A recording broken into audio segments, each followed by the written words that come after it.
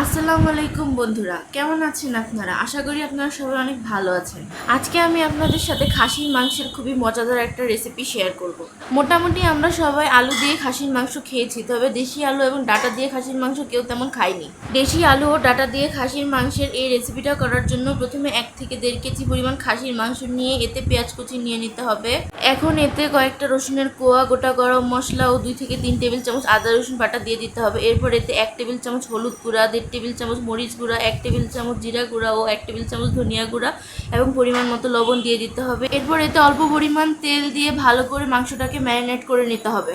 মাংসটা ভালোভাবে ম্যারিনেট করা হয়ে গেলে এবার মাংসটাকে আধা ঘন্টার মতো রেস্টে রেখে দিতে হবে। আপনাদের হাতে যদি সময় না থাকে তাহলে আপনারা সাথে সাথে রান্না করে ফেলতে পারেন, তবে ম্যারিনেট করে কিছুক্ষণ রাখলে খেতে বেশি ভালো লাগে। মাংসটাকে কিছুক্ষণের জন্য রেস্টে রেখে এবার একটা হাঁড়িতে তেল গরম করে নিতে হবে। হাঁড়ির তেলটা ভালোভাবে গরম হয়ে আসলে এবার এতে পেঁয়াজ কুচি দিয়ে দিতে হবে। পেঁয়াজটাকে হালকা লাল করে ভেজে নিতে হবে, তবে বেরেস্তা করা যাবে না।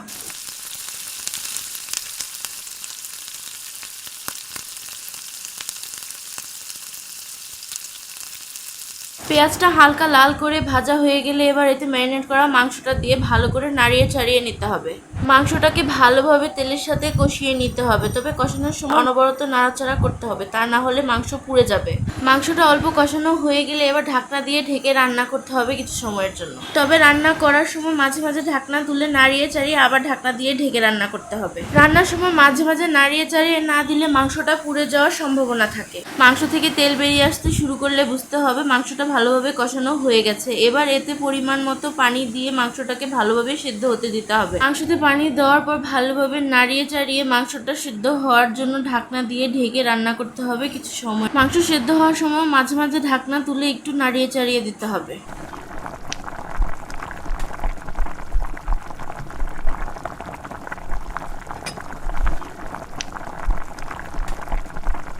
মাংসের পানিটা ভালোভাবে শুকিয়ে তেল বেরিয়ে আসতে শুরু করলে বুঝতে হবে মাংসটা সিদ্ধ হয়ে গেছে। এবার এই মাংসতে আগে থেকে সিদ্ধ করে রাখা দেশি আলুগুলো দিয়ে দিতে হবে। এবার আলুগুলোকে ভালোভাবে নাড়িয়ে চাড়িয়ে মাংসের সাথে মিশিয়ে নিতে হবে। এরপর সিদ্ধ করে রাখা ডাটাগুলো দিয়ে দিতে হবে। আমি এখানে সেদ্ধ করা কয়েকটা ডাটা দিয়েছি শুধুমাত্র স্বাদ বাড়ানোর জন্য। খাসির মাংস এবং গরুর মাংসের সাথে ডাটার স্বাদ অতুলনীয়। এখন সেদ্ধ করা আলু এবং ডাটাগুলোকে ভালোভাবে মাংসের সাথে মিশিয়ে নিয়ে ঢাকনা দিয়ে ঢেকে আবার কষিয়ে নিতে হবে। আলু, ডাটা ও মাংসটা ভালোভাবে কষানো হয়ে গেলে এবার এতে পরিমাণ মতো পানি দিয়ে দিতে হবে। পানি দেওয়ার পর ভালোভাবে নাড়িয়ে মাংস, সবজি এবং পানিটাকে ভালোভাবে মিশিয়ে নিতে হবে। এখন আবার ঢাকনা দিয়ে ঢেকে রান্না করতে হবে। কিছুক্ষণ পর ঢাকনা তুলে আবার একটু নাড়িয়ে চাড়িয়ে দিতে হবে।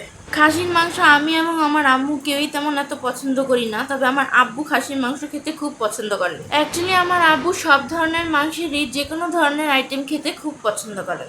আমার আবার সবচেয়ে প্রিয় মাংস হচ্ছে চিকেন। আমার আজকের রান্নাটা যেহেতু একটু ভুনা ভুনা টাইপের হবে, তাই ঝোল ভালো করে শুকিয়ে নিতে হবে। অল্প ঝোল রাখতে হবে মাখা মাখা অবস্থায়। আমার রান্নাটা কিন্তু প্রায় কমপ্লিট হয়ে এসেছে বন্ধুরা, এবার চুলাটা অফ করে দেব। বন্ধুরা, আপনারা তো দেখতেই পাচ্ছেন আমার রান্না করা খাসির মাংসটার কালারটা ঠিক কতটা সুন্দর হয়েছে দেখতে। খাসির মাংসের এই রেসিপিটা গরম ভাত, রুটি, পরোটা, নান কিংবা রুমালি রুটি যা দিয়েই খাবেন এর স্বাদ অতুলনীয়। বন্ধুরা, আপনারা যারা এই ভিডিওটা আমার ফেসবুক পেজ থেকে দেখছেন তারা আমাকে ফলো করবেন, আর যারা ইউটিউব থেকে দেখছেন তারা লাইক, কমেন্ট, শেয়ার এবং সাবস্ক্রাইব করবেন। আজকের জন্য আমি এখানেই বিদায় নিচ্ছি। আল্লাহ হাফেজ বন্ধুরা।